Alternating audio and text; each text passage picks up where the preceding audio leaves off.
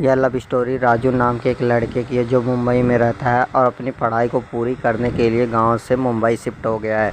राजू एक ऐसे मोहल्ले में रहता था जहां पर सभी आसपास के लोग एक दूसरे से बहुत प्रेम करते थे। राजू भी लगभग उनके साथ घुल मिल गया था। लगभग 6 महीने से उनके साथ रह रहा था। यह एक सीधा साधा लड़का और ज़्यादा फोकस इसका पढ़ाई के ऊपर रहता था। जिस कमरे में यह रहता उस कमरे के बाजू में एक कमरा बिल्कुल ही खाली था।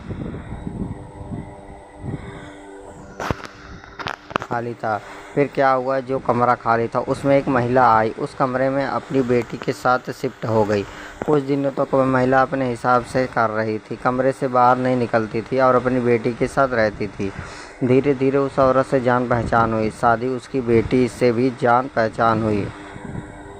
मोहल्ले के सभी लोगों के साथ हिल मिल कर रहने लगे। जब महिला से जानकारी मिली तो पता चला कि यह महिला तलाकशुदा है, परंतु यह थी कि वह महिला किसी अप्सरा से कम नहीं थी और धीरे धीरे मोहल्ले के लड़के उसको सेक्सी आंटी के नाम से देखते थे, क्योंकि उसका पहनाव इतना भयानक था कि कोई सा भी लड़का उस पर मर मिटे। मतलब उसका लुक देखकर उसकी तरफ आकर्षित होने लगते। हर दिन अलग अलग फैशन के कपड़े पहनना उसके पसंद था। जब वह एक बार साड़ी में बाहर निकलती तो किसी अप्सरा से कम नहीं लगती थी, इतनी खूबसूरत थी। और उससे पूछा कि आंटी जी, आप इतनी सज धज कर वहाँ कहाँ जा रही हो? आंटी ने कहा कि मेरी बेटी की पढ़ाई दिल्ली चल रही है, इसलिए इसे बस मैं छोड़ने जा रही हूँ। मैं इस वक्त मुंबई में शिफ्ट था, पर मुझे यहाँ से दूसरे कॉलेज में एडमिशन लेना था दिल्ली में, और मैं दिल्ली चला गया। जब मैंने दिल्ली में लगभग 6 महीने बिताए, उसके बाद मुझे मालूम लगा कि मुंबई में हम जिस आंटी के बाजू वाले कमरे में रहते थे, उस आंटी की बेटी यहाँ दिल्ली में कंपटीशन की तैयारी है। और आंटी को ऑप्शन किया। उसने पूछा कि आंटी, मैं दिल्ली में हूँ, आपकी बेटी भी यहीं रहती है? तो आंटी ने बोला, बेटा तुम मिल सकते हो तो मेरे लिए। आंटी ने अपनी बेटी के मोबाइल नंबर दिया और मैंने आंटी की बेटी से बात की।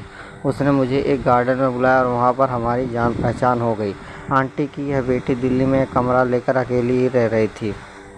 मैं उससे 2-3 दिन में मिलता रहता था। दरअसल एक दिन की बात है, आंटी की बेटी ने मुझे अपने रूम पर बुलाया और कहा कि मैं यहाँ पर अकेली रहती हूँ, अकेले अकेले बोर हो जाती हूँ, हम इस जगह पर साथ भी रह सकते हैं। मैंने कहा, ऐसा नहीं हो सकता, क्योंकि हम एक साथ नहीं रह सकते। अगर आपकी मम्मी कह दे तो हम रह सकते हैं। फिर उनकी बेटी ने आंटी को फ़ोन लगाया और कहा, माँ मैं राजू के साथ रह सकती हूँ, यह भी अकेले पढ़ाई कर रहा है और मैं भी अकेली पढ़ाई कर रही हूँ, तो हम एक दूसरे की मदद से अच्छी पढ़ाई कर सकेंगे।